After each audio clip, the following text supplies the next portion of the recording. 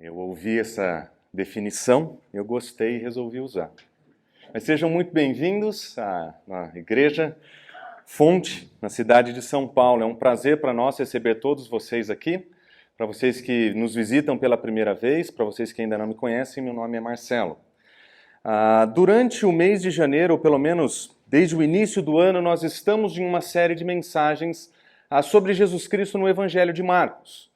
E até aqui nós estamos percebendo o modo como esse autor, o autor do Evangelho de Marcos, nos ensina sobre o que significa seguir a Jesus Cristo. E a cada parte estudada desse Evangelho, a cada parte lida durante a semana, no nosso devocional, nós aprendemos alguma coisa a mais sobre quem Jesus é e o que é que ele espera de nós como seus seguidores.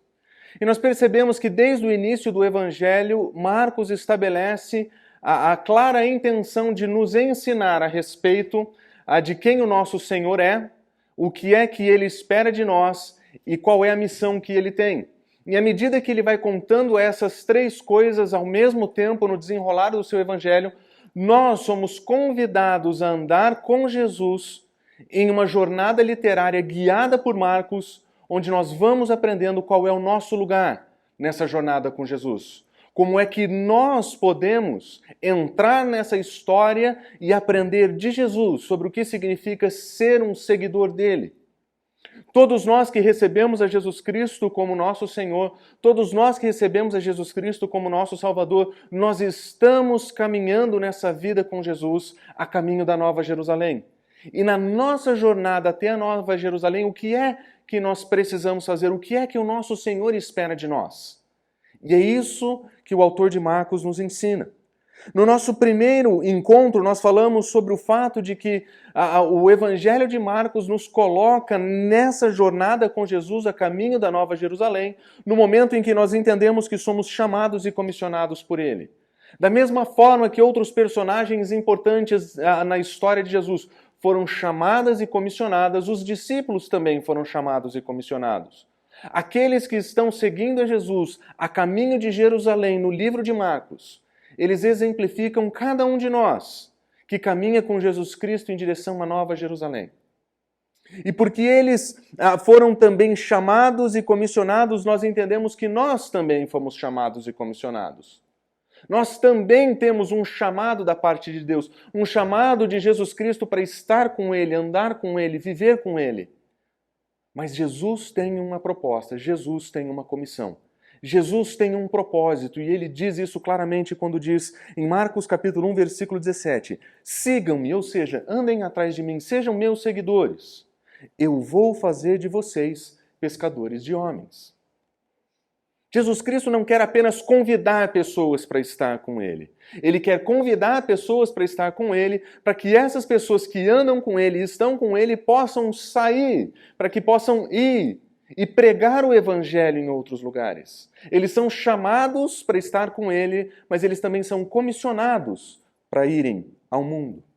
E nós percebemos que a proposta de Jesus para fazer isso, na mensagem da semana passada, ele tem uma proposta de não simplesmente chamar e pegar pessoas no estado em que estão para que eles sejam pescadores de homens. Não, ele quer treinar essas pessoas. Ele chama para si essas pessoas e ele tem uma proposta agora para esses discípulos.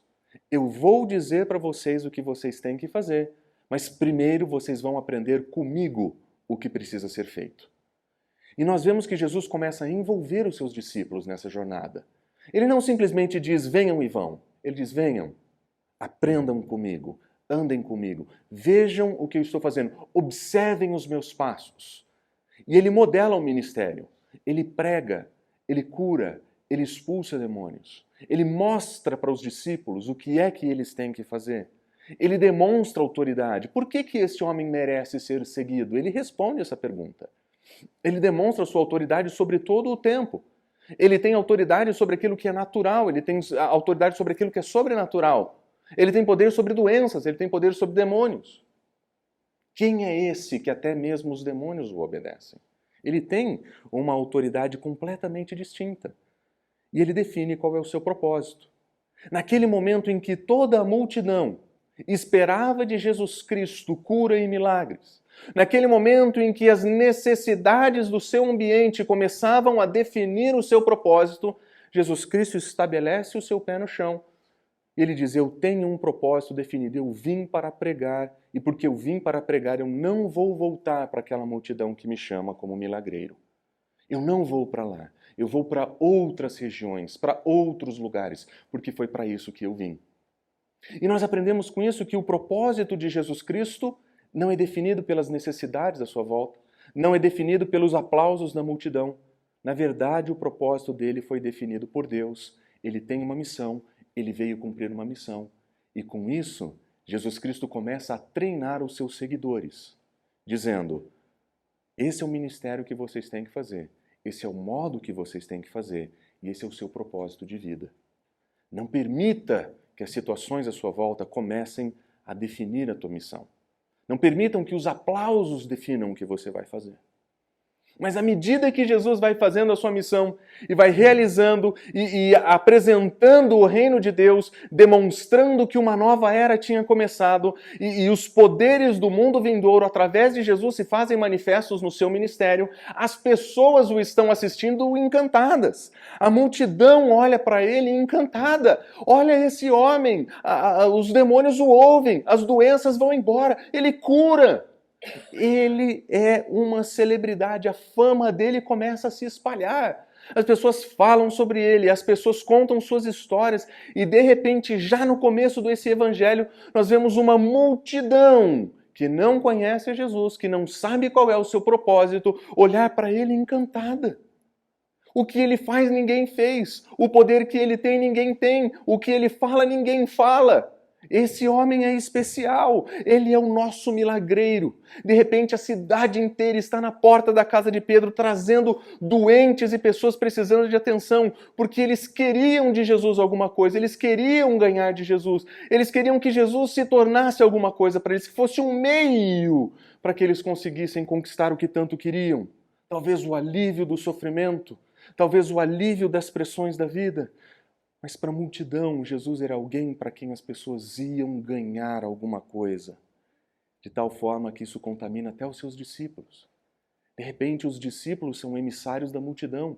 A multidão clamando pela ajuda de Jesus, Jesus no deserto orando, e os discípulos saem. Ao invés de dizer para a multidão, calma, o nosso Messias, o nosso Senhor, Ele está orando. Ao invés de falar com a multidão em nome de Jesus, eles falam com Jesus em nome da multidão e dizem, Senhor, está todo mundo te esperando lá. Nós temos uma agenda de milagres para o Senhor de volta em Cafarnaum. Por que o Senhor não vai lá fazer o que a gente gostaria que você fizesse? E Jesus Cristo fala, nem vocês entenderam. Jesus mostra quem Ele é, mas as pessoas não estão entendendo. Os seus milagres comprovam quem Ele é, mas as pessoas só estão vendo os milagres. E todas as pessoas com quem Jesus passa no início do seu evangelho olham para Jesus como alguém de quem eles podem ganhar alguma coisa, tirar algum proveito. Jesus Cristo é um meio para um fim para eles. Jesus é o cara que alivia a dor. Jesus é o homem que é a grande celebridade, nós somos os seus agentes. A única pessoa em todo o início do evangelho que percebe quem Jesus é uma mulher sem nome, definida como a mãe da esposa de alguém, uma sogra. É essa a sogra, a única pessoa em todo o início do Evangelho para quem Jesus vai. Jesus vai até ela. Jesus cura essa mulher. E na sequência o texto diz assim, assim que a febre a deixou, Marcos capítulo 1, versículo 30, ela começou a servi-los. Ela entendeu que seguir a Jesus não é esperar alguma coisa dele. Que seguir a Jesus não é esperar que ele realize os meus sonhos. Seguir a Jesus não é fazer com que Jesus caiba na minha agenda. Que seguir a Jesus não é ouvir os aplausos da multidão. Que seguir a Jesus não é uma questão de tirar proveito dele. É servi-lo. É querer alguma coisa dele, é oferecer alguma coisa para ele. E nós percebemos que a única outra vez que a palavra servir é usada em todo o Evangelho de Marcos, ela descreve mulheres que o seguiam e o serviam. E com isso nós aprendemos que caminhar com Jesus é servir. Nós precisamos servir a Cristo Jesus. Nós não queremos tirar dele proveito. Nós queremos servir o nosso Senhor. Nós queremos servir a sua causa. Nós queremos ser obedientes àquilo que ele nos chamou, à comissão que ele nos deu. É isso que significa servir a Jesus. Pelo menos é isso que o nosso autor ensina no início desse evangelho. Caminhar com Cristo é servir a Cristo. Mas observe, não somente a Cristo e os seus seguidores. Observe, ela passou a servir a quem? A Cristo? Não, a Cristo e os discípulos. Ela serve a comunidade dos seguidores de Jesus. E desde o início do evangelho, nós vemos os discípulos sendo treinados para aprender que, antes de mais nada, nós somos servos. Nós seguimos a Jesus, sim, mas nós somos servos dele. E agora nós entramos em uma outra cena, em um outro momento do Evangelho. Nós vamos ler hoje estudar Marcos capítulo 2, do versículo 1 até Marcos capítulo 3, versículo 6. E nós vamos perceber que Marcos tem a intenção de deixar muito claro que a missão de Jesus não leva para a fama. Na semana passada nós percebemos que à medida que Jesus vai andando, as pessoas vão atrás dele aplaudindo. E tentando impedir, talvez, que os seus leitores ficassem com a impressão de que Jesus era uma baita celebridade, que as pessoas aplaudiam. Ele estabelece agora novas histórias. Conta novas histórias que demonstram que existem outras pessoas em volta de Jesus. Não existiam apenas os discípulos e a multidão. Tem um outro grupo que aparece agora nessa parte do Evangelho, que são as autoridades. As autoridades judaicas agora, elas aparecem nesse cenário. E à medida que Jesus interage com essas pessoas, mais claro fica que existe um choque acontecendo aqui. E no início do Evangelho, Marcos começa a contar o fim da história de Jesus. E se você leu com atenção essa semana, essa passagem, você teve a chance de perceber que são 5 histórias contadas. 5 histórias. Em cada uma dessas histórias, nós vemos Jesus enfrentando diferentes oponentes. E Marcos apresenta isso de uma maneira brilhante. Primeiro ele diz que Jesus Cristo está diante de escribas. Depois ele diz que ele está diante de escribas e fariseus. Depois ele usa uma expressão genérica, eles, falando das autoridades judaicas. Então ele descreve os fariseus e, por fim, os fariseus e os herodianos. De uma forma brilhante, cada uma dessas histórias de conflito e oposição, Jesus Cristo tromba com diferentes líderes, que representam diferentes ideais, que representam diferentes teologias. Marcos começa a nos contar que Jesus Cristo está trombando com a elite religiosa. Mas não só isso. Nós vemos que ele organiza essa trombada com as autoridades judaicas, colocando detalhes muito interessantes. Observe, o primeiro contexto onde essa oposição acontece é um evento de cura. Jesus Cristo vai mais uma vez demonstrar o seu poder, dizendo que ele é capaz de curar. Depois ele vai entrar em uma discussão se ele pode ou não pode comer com algumas pessoas, se ele deve ou não deve deixar de comer em determinados momentos, se ele pode ou não pode comer em um determinado dia, e por fim ele cura. Observe, ele começa curando, ele termina curando, e os 3 eventos centrais tratam com comida. Posso comer na companhia dessas pessoas? Devo não comer tais dias da semana? Posso comer tal dia da semana? Marcos organiza essas histórias de uma maneira brilhante. E aos poucos ele apresenta para nós a presença dos discípulos nessa história.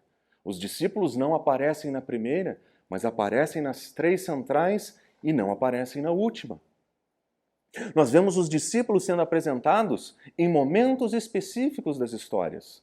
A sensação que nós temos é que porque não são mencionados, não estão lá. Mas provavelmente é uma questão de ênfase. O autor está querendo contar alguma coisa muito importante aqui. Talvez aquela oposição que começa a nascer contra Jesus começa a espirrar nos seus seguidores. E mais interessante, existe um conceito apresentado nesse texto, que é a morte de Jesus Cristo. Na primeira história, nós vamos perceber que as autoridades usam, ou eles pensam a respeito de algo acontecendo com Jesus, que é exatamente a acusação que eles vão fazer contra Jesus, que vai o levar à morte. Essa é a outra vez que Jesus é chamado de blasfemo. As pessoas veem o que ele faz e falam, isso é blasfêmia. E o dia em que ele é condenado, eles vão dizer, o que ele fala é blasfêmia. O princípio do fim começou. Segunda história, nós não ouvimos nada. Na terceira história, nós vemos Jesus Cristo falando, um dia o noivo lhe será tirado. E Jesus Cristo sutilmente deixa no ar a ideia de que um dia ele não vai estar mais lá. E as histórias acabam, no último versículo, com os fariseus e os herodianos reunidos, procurando um modo para matar a Jesus.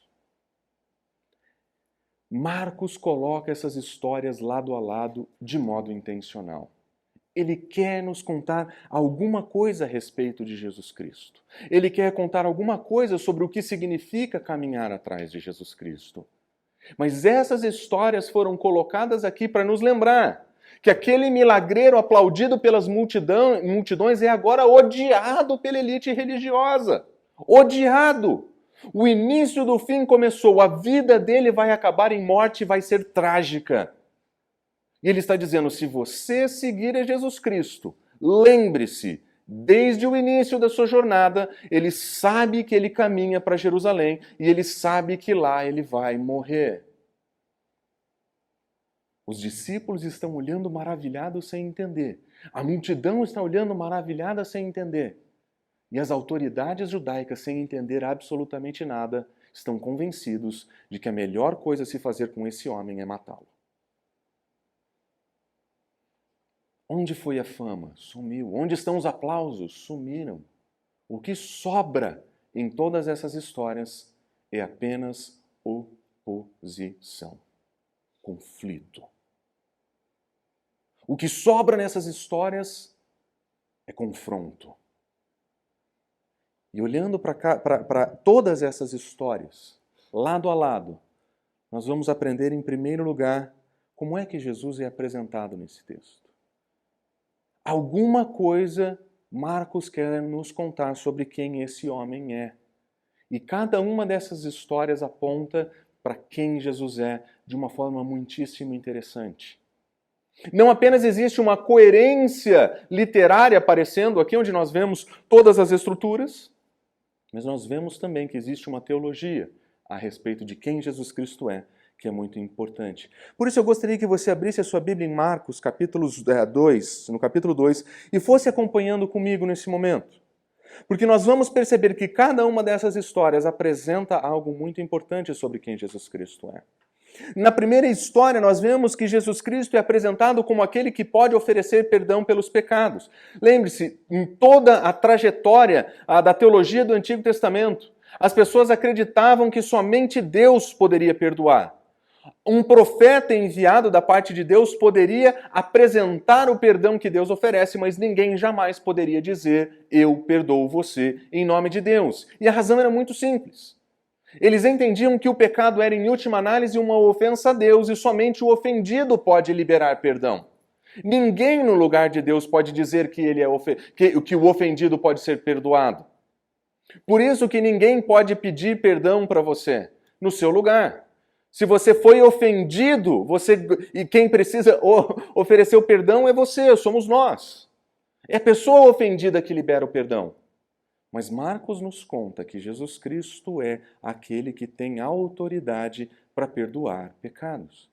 Ele é aquele que oferece verdadeiro perdão pelos pecados. E a história é muito interessante. Em pouco tempo, a casa onde estava hospedado ficou tão cheia que não havia mais lugar para ele nem do lado de fora da porta. Ou seja, muita gente em volta de Jesus. Enquanto isso, ele fazia o que veio fazer. Ele anunciava a palavra de Deus. E de repente aparecem outros personagens nessa história. 4 homens vieram carregando um paralítico em uma maca. Agora imagine a cena. Uma casa lotada, pessoas em volta, todo mundo tentando ouvir Jesus. E 4 homens, convencidos de que se conseguissem levar esse paralítico para a presença de Jesus, ele poderia ser curado. Por que eles tinham essa convicção? Porque provavelmente as histórias de Jesus percorreram por todos os lados. E por causa da multidão, versículos 4 e 5, não tinham como levá-lo até Jesus. Então, eles decidem uma rota alternativa. Eles abrem um buraco no teto, porque é realmente muito mais simples do que pedir licença. Provavelmente era muita gente para pedir licença. E eles entenderam que dar a volta, subir e abrir um buraco pelo telhado era mais simples do que atravessar a multidão. 4 homens, uma maca, um paralítico. Em seguida, depois que eles abriram o buraco, eles baixaram o homem na maca bem na frente de Jesus. E nós ouvimos Marcos dizer, ao ver a fé que eles tinham. Essa é a primeira vez que a palavra fé aparece em todo o Evangelho. E Marcos descreve aquilo que Jesus vê naqueles 4 homens e no paralítico. Vendo a fé, não do rapaz que estava no chão, mas de todos eles. Vendo a fé que eles tinham. E é muito interessante que Marcos não descreve para nós qual era o credo que eles tinham, qual era a teologia que eles representavam. Marcos não diz qual era a crença que eles tinham. Tudo o que Marcos nos diz é que eles tinham uma fé, uma crença que era forte o suficiente para tomar ação.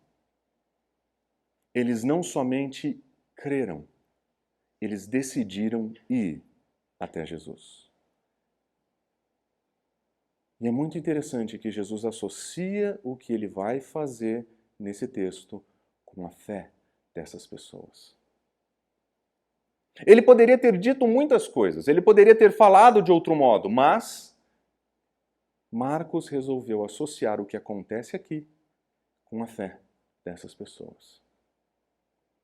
E Jesus, vendo que eles tinham fé, ele disse ao paralítico, observe essa frase, filho, os seus pecados estão perdoados. Ele olha para a fé dessas pessoas, ele olha para o paralítico e ele não diz levanta e anda. Jesus sabia que naquele momento aquelas pessoas estavam convencidas, elas criam com todas as suas forças que aquele homem poderia ser curado. Mas Jesus tem um outro plano para a vida dele. Ele sabe que existe algo muito maior do que a paralisia e muito mais paralisante do que ela. Existe um pecado na vida desse homem que precisa ser perdoado diante de Deus. E a fé desse homem é o meio pelo qual Jesus Cristo diz, você está perdoado. Claro, isso levantou um sério problema naquele ambiente. Talvez um silêncio sinistro deve ter cortado aquele lugar, porque todo mundo esperava algo diferente. Perdão? Ninguém pode oferecer perdão. Mas Jesus, sabendo o que acontecia, ele diz, o que é mais fácil dizer ao paralítico? Os seus pecados estão perdoados ou levante-se e pegue sua maca? Jesus Cristo propõe um desafio que ninguém sabe a resposta. O que é mais fácil? Dizer levanta e anda para alguém que nunca levantou e andou? Ou dizer perdoados estão os teus pecados, sendo que ninguém pode perdoar os pecados? E Jesus Cristo, sabendo que isso era impossível de resolver, ele diz o seguinte, mas eu vou mostrar para vocês que o Filho do Homem tem autoridade para perdoar pecados. Eu vou demonstrar a minha autoridade de perdoar pessoas dizendo para ele o seguinte, levanta, pega a sua maca e vá para casa. Levanta. O milagre de salvar esse paralítico não era nada mais do que um símbolo para demonstrar que Jesus Cristo é aquele que perdoa pecados. Ele é aquele que perdoa pecados. É Ele que vem oferecer perdão e perdão verdadeiro. Existem diferentes mazelas no mundo, mas Jesus Cristo veio resolver aquela mazela que origina todas as outras, o pecado. Todos os outros males conhecidos no mundo são desenvolvidos a partir desse pecado. E Jesus Cristo sabe que resolver todos os outros e deixar para que o pecado sobreviva não vai resolver nada. Ele sabe qual é o foco do problema. E ele ataca diretamente o pecado. Levanta, pega a sua maca, vá para casa. E é assim que eu mostro, provo, demonstro que eu posso perdoar. E porque ele é perdoador, ele pode convidar pecadores. Observe que a próxima história que Marcos nos conta é a história de que Jesus passa na frente de um lugar onde um homem está trabalhando. Diferente do que aconteceu com seus primeiros discípulos que estavam trabalhando à beira-mar, esse homem está trabalhando atrás de uma mesa coletando impostos. E a única coisa que nós vemos nesse texto, a única interação de Jesus com esse homem, é muito parecida com aquela que ele teve com os outros discípulos no começo do Evangelho. Ele passa por ali, ele olha alguém trabalhando e ele diz: siga-me. E nós vemos que as pessoas o seguem. Só que agora nós temos uma categoria distinta de pessoas se juntando aos seguidores de Jesus. Quando nós vimos pescadores trabalhando à beira-mar, construindo suas redes, Jesus Cristo convida homens que são considerados de honra, homens que são provavelmente responsáveis pelo sustento da sua família. Mas agora Jesus Cristo está diante de um que era terrível, odiado. Ele era um verdadeiro traidor. Levi tinha se vendido ao Império Romano que oprimia Israel para trabalhar em prol do Império Romano, para extorquir os judeus. Ele era responsável por coletar os impostos. Mas se nós sabemos alguma coisa sobre coletores de impostos naqueles dias, é que eles não simplesmente coletavam a parte que era devida. Eles também extorquiam pessoas. E porque eram ladrões, corruptos, traidores nacionais, eles eram odiados por todos os israelitas.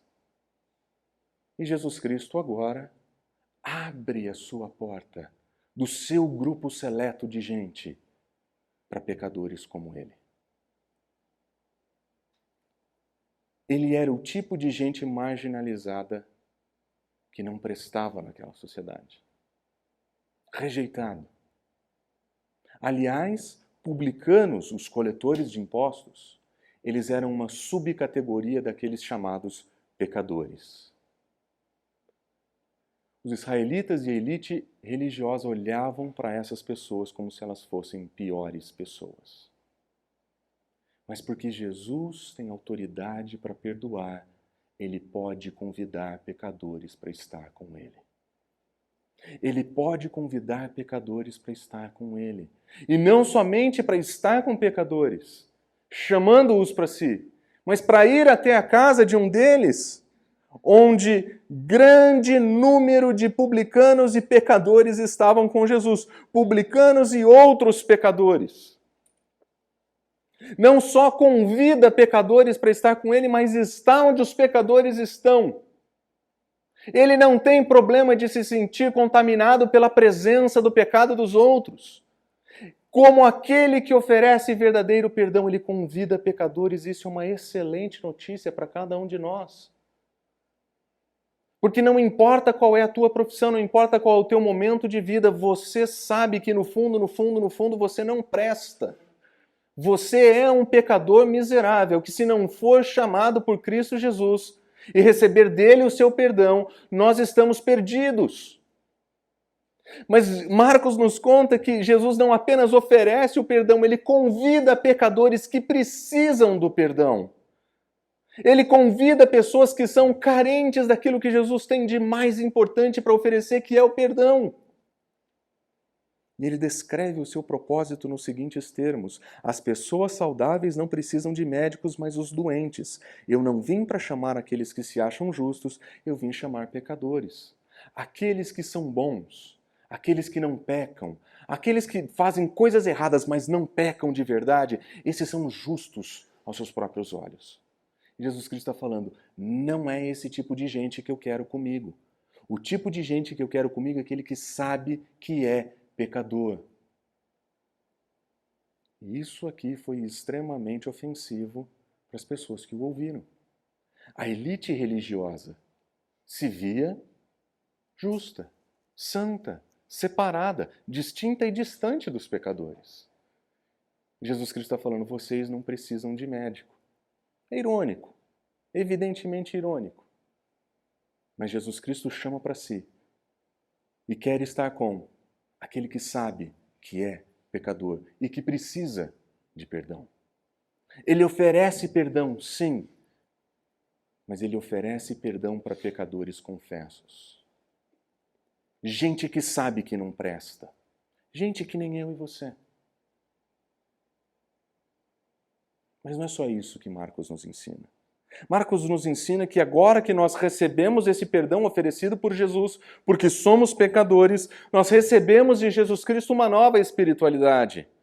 Existia nos dias de Jesus o hábito de jejuar. Os fariseus jejuavam pelo menos 2 vezes por semana, as segundas e as quintas. E isso era um modo de dizer que eles eram piedosos, santos, melhores que os outros. E eles estão começando a ficar incomodados que o modo de vida de Jesus não segue os princípios da espiritualidade daqueles dias. A espiritualidade tinha regras, tinha dias, tinha momentos. E Jesus Cristo diz o seguinte: por um acaso, os convidados de um casamento jejuam quando festejam com o noivo? Jesus Cristo aqui dá um toque muito interessante nessa história. Ele se descreve de um modo metafórico como noivo, uma figura que o Antigo Testamento tinha usado para Deus para descrever sua relação com Israel. Mas não só isso. Ele diz, o noivo está aqui. E agora que chegou o momento da festa, você acha que eles vão parar de comer? Deixar de celebrar? É como se ele olhasse para os fariseus, que estão, a elite religiosa que está diante dele, e dissesse, vocês gostariam que ele seguisse o modelo de vocês, enquanto vocês esperam alguém chegar. Quando o noivo está aqui, vocês não estão celebrando. Vocês não estão celebrando a presença dele aqui. Existe uma nova era iniciando, um novo momento. E ele diz, ninguém remendaria a roupa velha usando pano novo. O pano novo encolheria e a roupa velha se rasgaria, deixando um buraco ainda maior. E ninguém colocaria vinho novo em odres velhos. O vinho os arrebentaria. Tanto o vinho como o recipiente se estragariam. Vinho novo precisa de recipientes novos. Jesus veio dizer basicamente o seguinte, eu não vim reformar a espiritualidade de vocês. Eu rejeitei o modo que vocês vivem. Essas leis, essas regras, esses modelos de piedade não funcionam mais. Existe algo novo acontecendo aqui, existe uma vida nova acontecendo aqui. E andar com Jesus é reconhecer que existe algo completamente novo. É a rejeição do passado e agora esse abraçar desse novo com Jesus. Mas não somente isso. Ele diz também que veio trazer liberdade da tradição.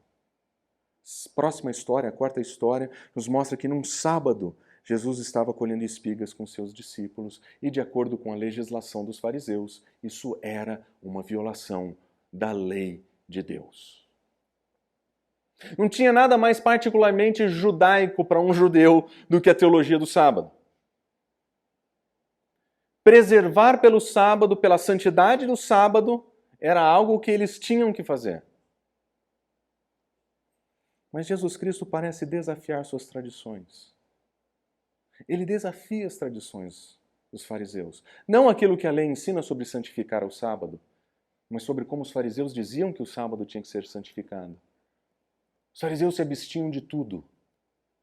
Eles não faziam absolutamente nada, porque qualquer movimento que caracterizasse trabalho era uma violação do sábado. Mas Jesus quer libertar os seus seguidores da tradição. Ele diz o seguinte, o sábado foi feito por causa do homem e não o homem por causa do sábado. Vocês estão usando as suas tradições para aprisionar pessoas. Vocês estão usando as suas tradições para fazer com que as pessoas se comportem em função do sábado. Mas Jesus está dizendo, é o contrário. Quando Deus estabeleceu o sábado, Ele deu o sábado para o homem como uma bênção, como um privilégio. Parar e descansar era um privilégio. Mas os fariseus tinham transformado aquilo em um meio de demonstrar religiosidade. Jesus Cristo rejeita isso. E ele diz que ele pode rejeitar isso porque ele é o Filho do homem. Ele é Senhor até mesmo do sábado. Aquele que tem autoridade para perdoar demonstra que ele tem autoridade sobre as tradições. Durante todo o momento em que Marcos nos conta essas 4 histórias lado a lado, nós percebemos Jesus Cristo demonstrando que é aquele que pode oferecer perdão pelos pecados, que convida pecadores para estar com ele, e ensina um novo modo de viver para essas pessoas e os liberta das suas próprias tradições. Quando Marcos nos conta essas histórias, ele está nos apresentando quem Jesus Cristo realmente é. Ele é o nosso Salvador, o Perdoador. É Ele quem nos convida, mas Ele quer uma nova vida de nós. Um novo modelo de vida, uma vida transformada, distinta do que passou, livre das amarras da tradição. Nesse caso eram as tradições dos fariseus, mas na nossa vida, Jesus Cristo está nos dizendo que aquilo que ficou para trás, nós temos algo novo para viver daqui para frente. Existe perdão, existe libertação, e essa caminhada com Jesus daqui para frente nos coloca em um novo modo de vida. Nós não podemos viver com Jesus amarrados ao nosso passado. Nós não podemos caminhar com Jesus vivendo os pecados do passado. Sim, nós somos perdoados. Sim, nós somos pecadores convidados para estar com Jesus. Mas Jesus Cristo nos oferece uma nova vida, uma nova espiritualidade. Ele nos convida para estar com Ele e experimentar com Ele algo que é novo. Nós não podemos manter um pé em cada canoa. Seguir a Jesus Cristo é essa firme convicção de que o que passou, passou. Nós não podemos seguir com Cristo amarrados com os nossos pesos do pecado do passado, com as nossas tradições. Nós não podemos experimentar o novo vivendo o velho. Não podemos. E Marcos, quando nos mostra quem Jesus Cristo é, ele nos ensina quem nós somos. Seguir a Jesus Cristo é desfrutar do perdão que ele oferece. Seguir a Jesus Cristo é assumir que somos pecadores carentes desse perdão. Seguir a Jesus Cristo é viver o novo com o Mestre. Seguir a Jesus Cristo é ser liberto das tradições e das nossas amarras. Marcos nos demonstra com todas essas histórias que é isso que o Messias veio fazer e que é isso que ele espera de nós. Mas não foi bem assim que ele foi percebido. A bem da verdade, nós vamos observar que a presença das autoridades religiosas, a cada afirmação de Jesus, ele ofende alguém. A cada afirmação de Jesus, ele confronta alguém. E aos poucos, a mensagem de Jesus Cristo se torna clara. Aos poucos, a sua missão se torna clara. E aos poucos, as pessoas começam a rejeitá-lo por quem ele é e pelo que ele veio fazer. A multidão queria que Jesus Cristo fosse alguma coisa que ele não era. Mas as autoridades judaicas começam a rejeitá-lo porque começam a entender quem ele verdadeiramente é. E eles não gostam. Observe o primeiro contato de Jesus com os fariseus, com os escribas, com a elite religiosa nesse texto. Alguns dos mestres da lei que estavam ali olhando Jesus Cristo falar: filho, os teus pecados estão perdoados. Observe, eles pensaram. Naquele momento, algo extremamente grave tinha acontecido diante da perspectiva deles. A elite religiosa e as autoridades religiosas entendiam que o que estava acontecendo ali era absurdamente sério. Mas é bem provável que Jesus tivesse, nesse momento da narrativa, algum crédito. Porque eles não se levantaram e rasgaram suas roupas como vão fazer mais à frente. Eles simplesmente pararam, e pensaram, tem algo estranho aqui. A primeira reação das autoridades judaicas foi, isso é blasfêmia. Mas toda a oposição deles ficou aqui dentro, guardada. Eles pensaram, a violação, se eles tivessem entendido o que Jesus falou, e o que Jesus falou foi o que ele realmente quis dizer, para eles aquilo era muito sério. Não era algo que se podia descartar. Mas não só isso. na sequência da história, Jesus Cristo não é descrito somente como um blasfemo. Ele é alguém impuro. Quando Jesus estava cercado de pecadores e comia com eles, e nos dias de Jesus, a elite religiosa não dividia sua mesa com pecadores, porque isso era uma forma de contaminação espiritual. E aí eles perguntam para os discípulos, opa, agora eles não só estão olhando, observando e refletindo. Somada as duas ofensas, algo precisa ser feito. E o caminho que eles tomam é ir atrás de quem? Atrás dos discípulos de Jesus. Vocês não têm vergonha que o seu mestre está comendo com pecadores? Não só pensam mais, agora eles têm que verbalizar. Mas eles não vão para Jesus. Eles vão para os discípulos. Mas não só impuro, ele é alguém que não respeita a religião, ele não é uma pessoa religiosa. Certa vez, quando os discípulos de Jesus e os fariseus estavam jejuando, algumas pessoas vieram a ter com Jesus e o perguntaram: por que os seus discípulos não têm o hábito de jejuar, como os discípulos de João e os dos fariseus? Opa, tem algo a mais acontecendo aqui. Já não é só pensamento, já não é mais reclamação com os discípulos. A gente precisa tratar com a fonte. Quem é esse cara que diz o que diz e faz o que faz? A oposição está crescendo.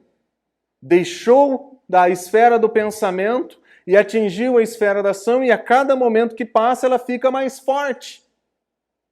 A oposição está tomando forma. Diferentes líderes religiosos estão chegando a Jesus com questões, dúvidas, até o ponto em que ele é acusado de ser um transgressor da lei. No versículo 24 do capítulo 2, nós vemos: os fariseus o advertiam, olha lá os seus discípulos, por que os seus discípulos desobedecem a lei colhendo cereal no sábado? Agora já não está mais no pensamento, já não é mais um diálogo para ser estabelecido com os discípulos, já não é uma perguntinha para o mestre, agora o assunto é uma acusação. Ali está uma violação clara do sábado. Os seus discípulos estão violando o sábado. Você é um transgressor da lei. E aquele que é apresentado como aquele que perdoa, aquele que chama pecadores, que oferece uma nova espiritualidade e a liberdade da tradição, está sendo visto como um blasfemo, um impuro, não religioso e alguém que é verdadeiramente transgressor da lei. Na perspectiva deles, Jesus era completamente diferente do que aquilo que Marcos nos diz que ele é. E observe, a oposição está crescendo. Era um pensamento, era uma questão aos discípulos, tornou-se uma questão a Jesus Cristo e agora nós temos uma advertência em tom de acusação. A oposição está crescendo, está ficando mais difícil. E Jesus agora é definido como blasfemo, impuro, não religioso e transgressor da lei. Imagina o efeito que essa informação teria sobre a multidão que há pouco tempo o aplaudia e o elogiava. Imagina as autoridades tentando corrigir a narrativa. Esse que vocês veem realizando milagres, deixa eu dizer para vocês quem ele é. Ele é blasfemo. Ele diz que funciona e faz aquilo que somente Deus pode fazer. Ele é impuro, ele vive com pecadores. Ele não respeita a nossa religião. E nós os vimos violar a lei. Aqui está uma acusação séria. E aquela multidão que bateu palma, aos poucos vai se tornar a multidão que grita, crucifica. Nós aprendemos quem Jesus Cristo é. Nós aprendemos sobre como as pessoas o viram, completamente distorcido por sua própria cegueira espiritual, por suas preferências teológicas, completamente distorcido. Mas de nós, o que nós aprendemos com o que vemos aqui? Nós vemos que Jesus modela para nós algo que nós não podemos esquecer.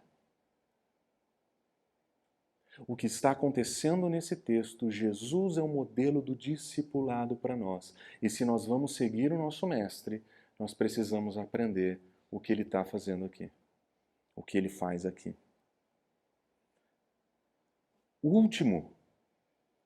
A última história contada por Marcos, Jesus corajosamente volta para a sinagoga.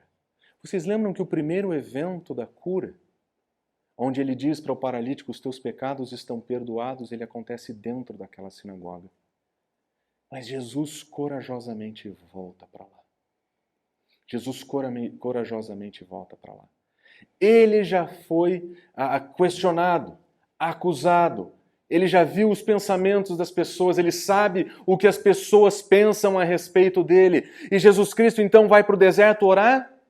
Não. Jesus Cristo pega os seus discípulos e vai para regiões distantes para que possa ensinar em paz? Não. Jesus Cristo corajosamente entra no lugar onde todas as autoridades religiosas deveriam estar, na sinagoga. Mas ele está recebendo oposição, ele está sendo criticado, ele está sofrendo oposição, as pessoas estão contra ele. Ele sabe disso muito bem, mas ele volta para lá.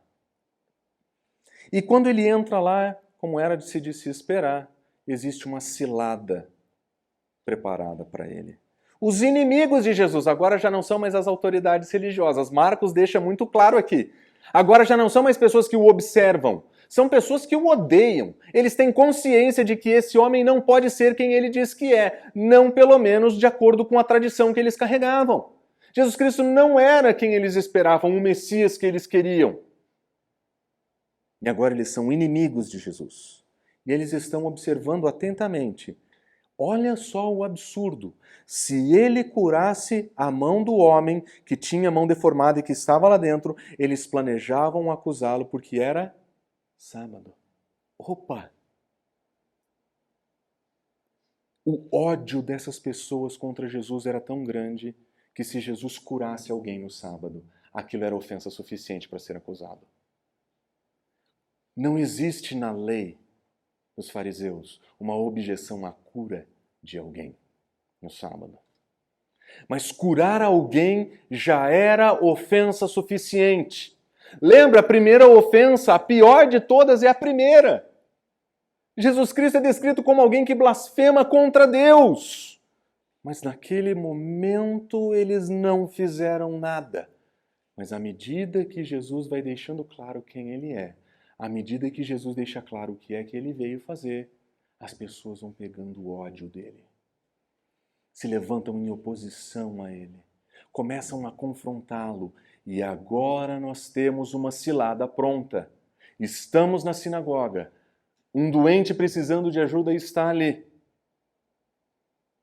Se ele curar, nós vamos acusá-lo. Cura como evidência de crime. Jesus aceita o desafio. Ele olha para o cenário e não diz assim: hoje eu ia ler a Torá para vocês, mas como vocês não querem ouvir, eu vou para outra cidade. Jesus corajosamente aceita o desafio. Ele diz: Jesus disse ao homem da mão deformada, o centro da atenção de todo mundo naquela sinagoga: vem aqui, fica diante de todos, que todos possam ver o defeito da sua mão. E em seguida ele olha para quem? Para os seus críticos, os seus opositores. Eles estão na plateia. Eles não estão do lado de fora esperando notícias. Estão ali. Esse lado está preparada. Jesus percebeu. Ele pergunta: o que a lei permite fazer no sábado? O bem ou o mal? Salvar uma vida ou destruir uma vida? E eles não responderam nada. Esse é o primeiro silêncio de pessoas diante de Jesus. Aqueles que eles mandavam ficar quieto até aqui, falavam. Agora ele manda falar e eles ficam quietos. Jesus sabia exatamente o que estava acontecendo. E ele é invadido por diferentes e fortes emoções. Jesus olhou para os que estavam ao seu redor, irado. Jesus estava pau da vida. Ele olha para as pessoas com seu coração queimando em raiva, porque ele sabe exatamente o que eles estão fazendo contra ele. Eles se levantaram para o destruir. Eles estão maquinando o mal contra ele. E Jesus é invadido por essa raiva em saber que agora eles estão o confrontando, que se tornaram seus inimigos. Mas não somente ira, muito triste por causa do coração endurecido deles. O nosso Senhor foi invadido por uma ira de saber que o que está acontecendo ali é muito ruim. Mas ele fica profundamente triste porque ele sabe que aquela é a dureza do coração daquelas pessoas. Ele sabe que os seus inimigos são os pecadores que ele veio chamar. Ele sabe que ele é quem oferece o perdão. E para pecadores que ele oferece perdão, como aquelas pessoas que procuram matá-lo. Muito entristecido. Profundamente abalado. Então ele diz ao homem, estenda a tua mão. O homem estendeu a mão, ela foi restaurada. Está aqui o crime de Jesus. Esse é o grande crime que Jesus comete. Ele cura alguém diante dos seus opositores, dos seus inimigos. E no mesmo instante, os fariseus saíram e se reuniram com os membros do partido de Herodes para tramar um modo de matá-lo. O início do fim começou. A morte de Jesus está em vista. A acusação de blasfêmia já pode ser feita. Jesus Cristo já disse que vai morrer. Sutilmente, pelo menos, mas aqui estão aqueles que querem matá-lo. E enquanto Jesus caminha em direção a Jerusalém para dar sua vida, os seus opositores caminham atrás dele para tirar a vida dele. O que Marcos nos ensina aqui? O que Jesus nos ensina aqui? Ele nos ensina que seguir a Jesus Cristo significa sofrer oposição.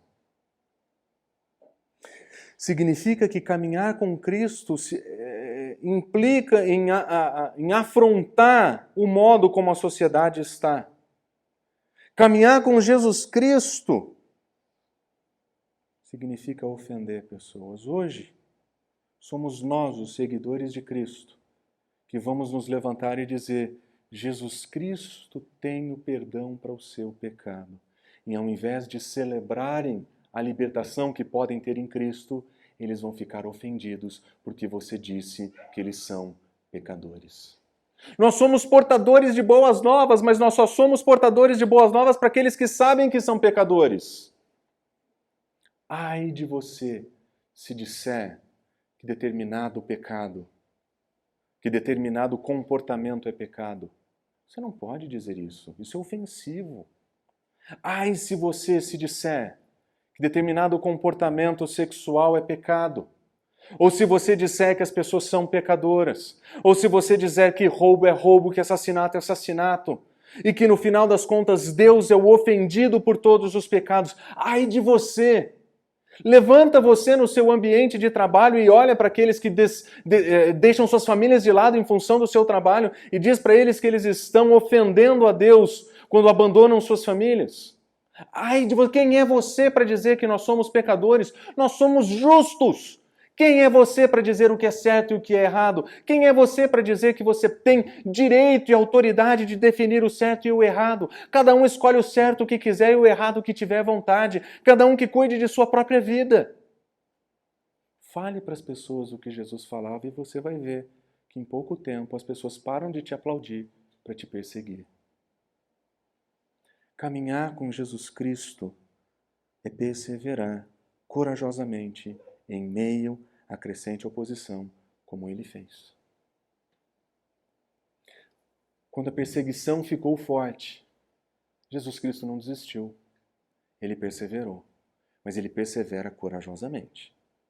Ele não tem medo de sofrer as consequências do seu chamado. Ele não tem medo de enfrentar as consequências da sua comissão. Ele persevera corajosamente. E o que nós aprendemos com tudo isso, por fim? Nós aprendemos que essa perseverança corajosa de Jesus Cristo estava ligada a dois conceitos muito simples. Primeiro, ele sabia exatamente quem ele era. Jesus Cristo não tinha a menor dúvida sobre quem ele realmente era. Ele diz, o Filho do Homem tem autoridade, o Filho do Homem é Senhor. Ele sabe quem ele é, ele sabe quem ele é. E porque a identidade dele é clara para ele, ele não vai titubear quando a oposição aparecer. Somos nós que não sabemos bem quem nós somos. Nós queremos seguir a Jesus, mas nós queremos seguir do nosso modo. Nós queremos que Jesus faça o que nós gostaríamos que ele fizesse. E Marcos está nos ensinando exatamente o contrário. Você é seguidor, mestre é Jesus, ele manda, nós obedecemos. A nossa identidade é, nós somos seguidores, nós somos cristãos, mini-cristos. Se nós vamos seguir a Jesus Cristo a caminho da Nova Jerusalém, nós temos que estar conscientes de quem nós somos. Porque se nós não soubermos exatamente quem nós somos, nós vamos deixar de fazer o que nós deveríamos fazer, que é exatamente o segundo elemento dessa perseverança corajosa de Jesus. Ele sabe exatamente qual é a sua missão. Ele veio para perdoar pecados. Ele veio para convidar pecadores. Ele veio oferecer vida nova e ele veio oferecer liberdade das tradições. Ele sabe quem é e ele sabe o que veio fazer. E é por isso que ele enfrenta a oposição. É por isso que ele enfrenta corajosamente a oposição. É por isso que ele é perseverante. Corajosamente perseverante no meio da oposição. E entenda, o nosso mundo, aos poucos, se aquece em direção à nossa perseguição. A nossa liberdade religiosa, entre aspas, já está ruindo. Nós já estamos perdendo a liberdade de dizer o que nós acreditamos, porque o que nós acreditamos é ofensivo.